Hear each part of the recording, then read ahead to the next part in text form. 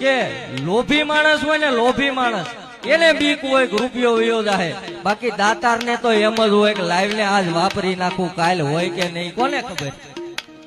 દાતાર ને તો એમ જ હોય કે લાઈવ વાપરી નાખું, કાલ હશે કે નહીં કોને ખબર. અને સાહેબ દાતાર માણસ નું કોઈ દી ખૂટતું નથી, ભિખારી નું કોઈ દી ભેગું નથી થતું. આ વાત યાદ રાખજો.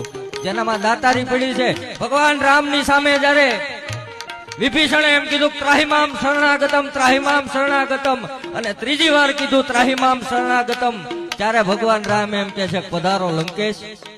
ઈ ક્ષણે લંકા આપી દીધી, પધારો લંકેશ. અને સુગ્રીવજીએ એમ કીધું કે પ્રભુ તમે ઉતાવળ કરી ગયા કે કેમ, કે અત્યારે આ વિભીષણે એમ કીધું ત્રાહિમામ શરણાગતમ અને તમે લંકા આપી દીધી. કાલ હવારે રાવણ ને સુમતિ સૂજી, કાલ હવારે